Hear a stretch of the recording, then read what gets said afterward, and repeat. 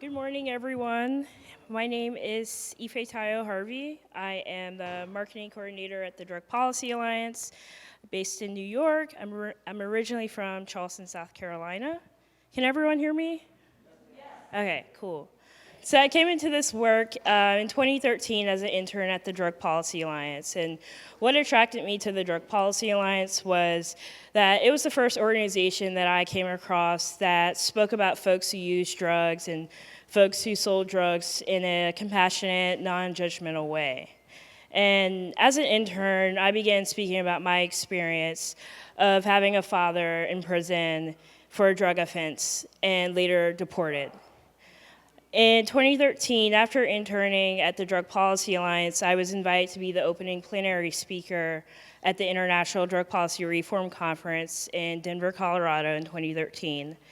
During this talk, I spoke about my childhood experience growing up with a parent in prison and ending the drug war, and I actually ended up breaking down in tears in front of 1,000 people because, in a sense, the speaking experience was healing for me because I released a lot of the shame that I associated with my father's incarceration. And, afterwards, a lot of people came up to me and told me that my story touched them in a way that others haven't. So being in drug policy has been healing for me, and I've also been able to contribute to a movement that is unique and grassroots. So at this time in my life, I was a senior in college. I graduated from Smith College in Massachusetts, and I was struggling with my own emotional turmoil. And so I found a lot of healing at the Drug Policy Alliance and speaking about my experience of being a child of an incarcerated parent. But at the same time, I was also dealing with other trauma of my own. And so while at the conference, I attended my first panel on psychedelics, and the topic of the panel was psychedelics for end-of-life treatment. And so that's where I was first exposed to the idea of therapeutic use of psychedelics. I was already familiar with the Right to Die movement, but this session in particular was very illuminating for me. Before that point, my frame of reference for psychedelics was my friends in college experimenting with Molly, shrooms, acid, and I would just hear about it for the rest of the weekend. But besides that, I didn't really know anything about the healing properties of psychedelics. So upon returning to Smith after that conference, I really began to think about what this new knowledge that I gained meant for me. And again, at this time, I was in a suicidal, depressive state. On top of that, I overloaded myself with work in terms of academics and extracurriculars. So I was just doing so much beyond my capacity. And I struggled to figure out what I could do about it and how to ask for help. I was already in therapy at the time, and I didn't feel like it was as effective as I would have liked. It wasn't moving fast enough for me. And so after being persuaded a little bit by my friends, I decided to take 3.5 grams of mushrooms one fall morning. Uh, uh, I felt like I was out of options, and I really wanted to take my healing into my own hands. But I want to say that if I wasn't attending an elite college like Smith, I probably wouldn't have had access to a safe outdoor space to journey and easy access to mushrooms. This New England landscape stood in contrast to my working class area that I grew up in Charleston, South Carolina, where police patrolled my neighborhood, stopping black boys as young as 11 years old. So when I took my first journey, I was exposed to a world that I only saw as a child in my imagination, and this totally changed my understanding of everything. Before my journey, I would say I wasn't really a spiritual person. I was more on the agnostic side of things. But after my journey, I felt like I got a reset. So with therapy, support from my friends and professors, I graduated Smith in 2014. And psychedelics have been a part of my healing journey since then, and I've been on the trajectory of giving others the information and knowledge that I've gained from psychedelics.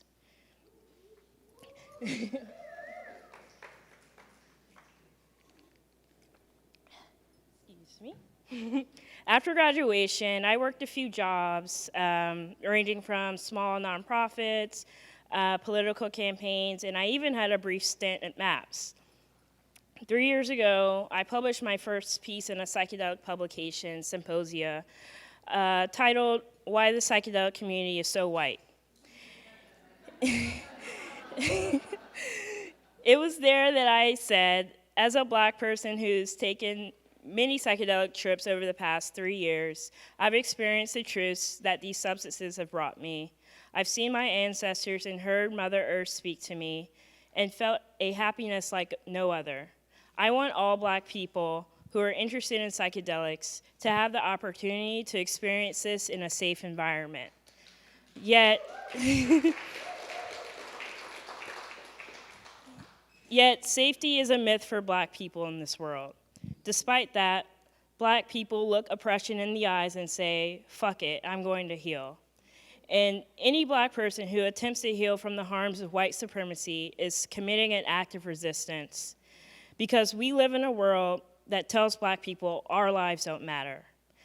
The whiteness of the psychedelic movement tells Black people that our trauma doesn't matter and that even our traditional resources and practices are up for sale. 2 years ago, I spoke at the Reform Conference for the third time, this time on a psychedelics and colonialism panel.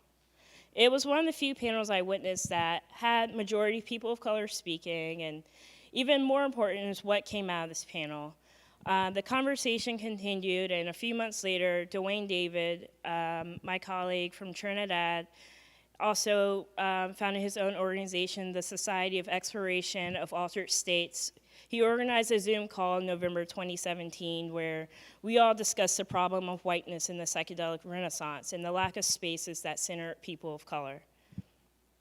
That began the People of Color Psychedelic Society. We are a coalition of people from around the world.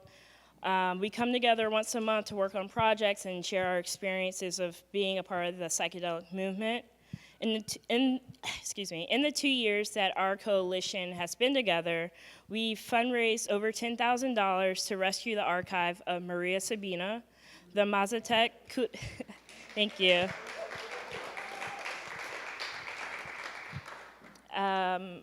We fundraised over $10,000 to rescue the archive of Maria Sabina, and for those of you who don't know Maria Sabina, she's the Mazatec curandera who's credited with popularizing psilocybin mushrooms in Huautla, Mexico, along with creating a digital campaign to bring awareness to her story. And a lot of our members of our coalition have actually gone down to Huautla and attended the Maria Sabina Festival. Thanks to other people of color who've come before me, like Kai, and those who've joined this conversation around race and psychedelics, we've made some progress, but we still have a lot of work to do. And so, as one of the founders of People of Color and Psychedelics, it has been vital that this space be centered around people of color. In Kelsey Blackwell's Why People of Color Need Spaces Without White People, she highlights, the values of whiteness are the water in which we swim. No one is immune. Those values dictate who speaks, how loud, when, the words we use, what we don't say, what is ignored, who is validated, and who is not.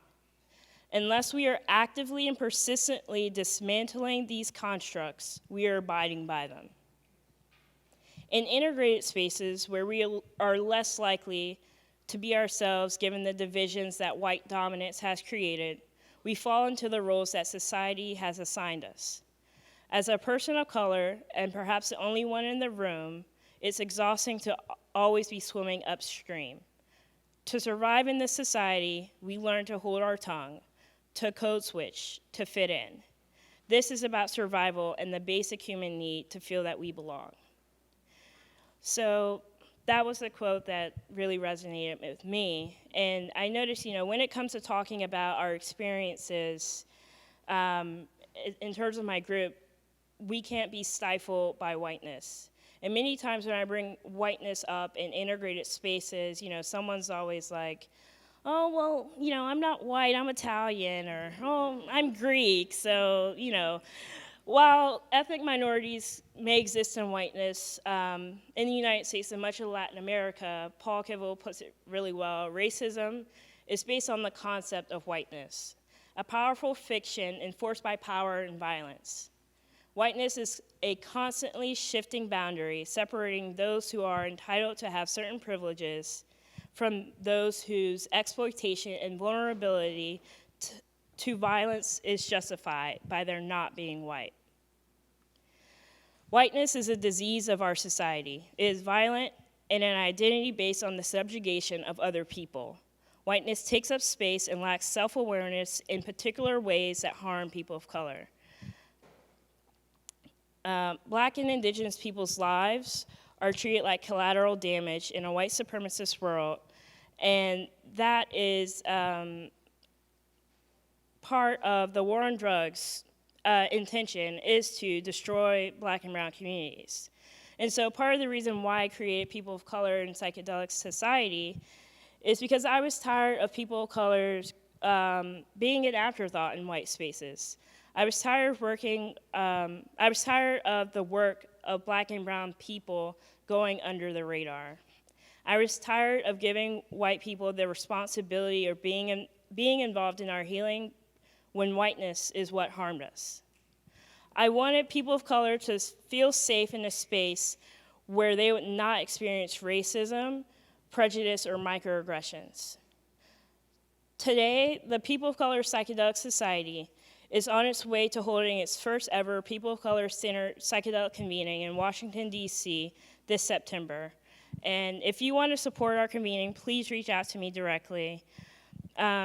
People of color spaces are integral to healing justice. Healing justice is a social justice framework developed by Kara Page and other Black and brown healers in rural Southeast United States. Healing justice asks that we make our healing political, that our movements, whether it be drug policy, reform, reproductive justice, should all be healing, not harming. Because a lot of folks enter grassroots movements with all this ambition, only to leave burnt out. Healing and justice should go hand in hand because justice should be healing. For people of color in the psychedelic space, many of us have been harmed by white supremacist policies, people, and the United States government for generations. Black and brown communities have been continuously harmed by the war on drugs. And according to my organization, the Drug Policy Alliance, nearly 80% of the people in federal prison and almost 60% of the people in state prison for drug offenses are Black or Latino. So we cannot end the drug war just by decriminalizing psychedelics. We need to remove criminal penalties for all drug use and possession.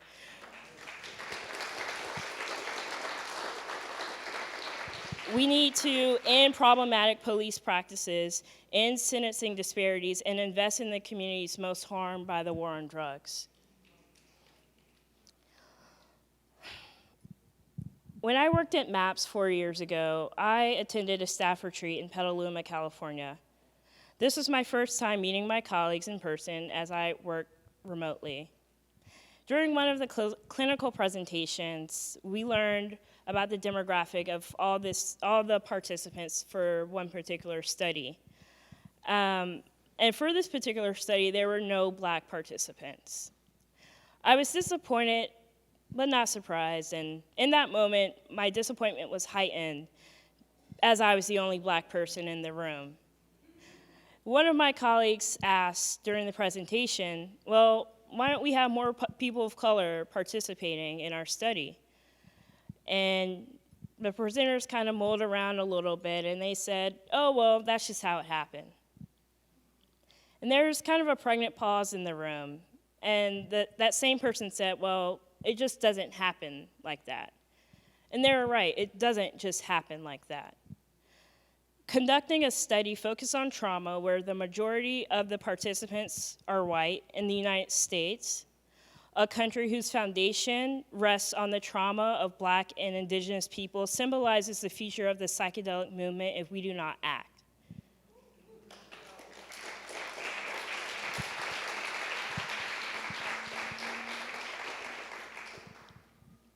We cannot heal under the direction of whiteness.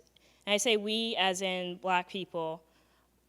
We carry some of the heaviest intergenerational trauma in this country because of enslavement.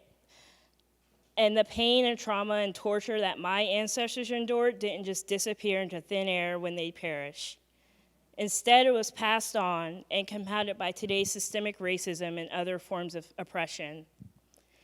Substances that we know today as psychedelics were used by indigenous groups throughout the Americas are now criminalized. And a lot of the practices prior to colonization are lost or under threat.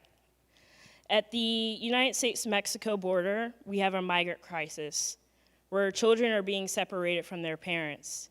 A migrant crisis caused by the export of draconian drug policies from the United States. Or, as my colleague Eunice Hernandez notes, since at least the beginning of the 20th century, the United States has engaged in international drug control efforts, including providing financial assistance to countries, particularly in Latin America, to curb drug trafficking.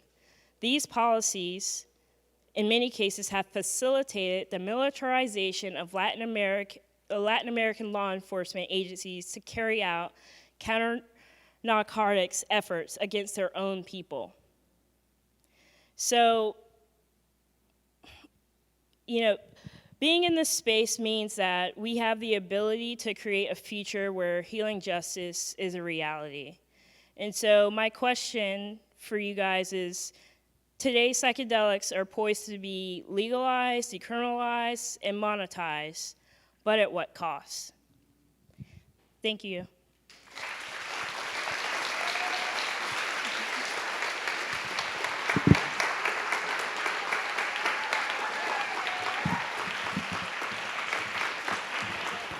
How can folks in this room directly support the work that you're doing, specifically for the people of color in psychedelic society? Sure. So for the People of Color Psychedelic Society, we are in the process of incorporating ourselves into a nonprofit. So if folks have knowledge around that and want to assist in that process, also, like I said, we're planning our convening in September, Washington, D.C. If you're interested in donating or supporting the conference in another way, we could always use help with volunteers and logistic support. So those are just a few ways to support our work. Thank you. We're working on a website. We have an Instagram. It's POC and Psychedelics. But we're in the process of setting up a website. Thank you for asking that. Where do I go to learn about the psychedelic plants and ceremonies and practices that would be more aligned, probably with where my people were stolen from? I didn't immigrate here. I think that's a really great question. And it also kind of represents the problem of history and colonialism. And so I would say just off the bat that one of my favorite resources or videos to watch on this, I don't know if you're familiar with Kalindi E. Okay, so he's like a high-dose mushroom expert. He's based in Detroit. He's Black. And he has a talk at Breaking Convention. You want me to spell out?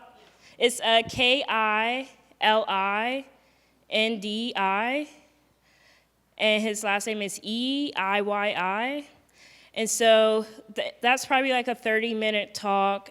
He gives kind of a overview of how mushrooms have been used all over the world, and he touches on the African continent. But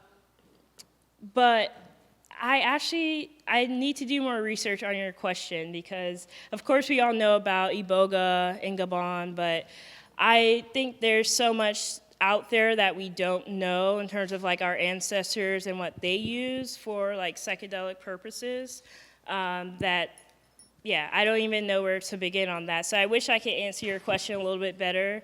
But I would say, yeah, Kalindi E is a good place to start. Mm-hmm. Oh, I don't know his name off that, but There's a person in London that I follow on Facebook, so I'll do my research. There's a person out of London that focuses on psychedelics, ancestral. It starts with a D. Dan. Yeah, so I haven't seen him, Darren Springer, thank you. So he does a lot of presentations, but he's out of London. So there's a couple of people, him as well as the gentleman in Detroit, have some podcasts on Adventures Through the Mind. Maya Blow was one of the presenters yesterday that I wanted to share with you. She has a very beautiful and subtle way of connecting you to the baby steps that I feel often is necessary before we ask those bigger questions, because as we all know that is a very careful process. But because of the specific nature that you're asking, because you're suggesting to us, this is who I am, and I'm a person of color, I'm recommending Maya Blow, who is someone who's local, who also has lots of sacred wisdom on the local plants, something that we were encouraged at the last Women's Congress to be mindful of, that we take advantage of our own healers and our own plants right here, as opposed to utilizing plants from other areas and spaces where we are taking away from the population, the people and the culture, their medicines. So we have local medicines that are very much so indigenous and kindred to the uniqueness of all of us in this room, because of the African experience and the indigenous people's experience that are here. Those plants are very much so romping and wanting us to connect with them. So that's why I'm sharing with you Maya Blow, because she is a great connector that's right here. Yes. Getting folks in the community to come to like the psychedelic therapy, and there's a lot of barriers around that. I think that Ismail touched on that a little bit yesterday with like the insurance and the healthcare and the costs, of course. And then also there's just a lot of stigma that we have to fight against in terms of mental health and mental illness in the Black community. I know among my community that I grew up in that things like going to therapy or being depressed or having bipolar, it's like people say things like, oh, that's white folks stuff, So there's some, and that represents a larger disconnect between the medical community and the Black community, because there's a very dark history there, right? So we definitely have to do more work around ending the stigma around mental illness and getting folks to speak more candidly about their experience. But I think that we can definitely cultivate young professionals, so we can have like a pipeline of people of color therapists wanting to do the psychedelic work, while also creating community and being in touch with those communities that we want to work with. Mm-hmm.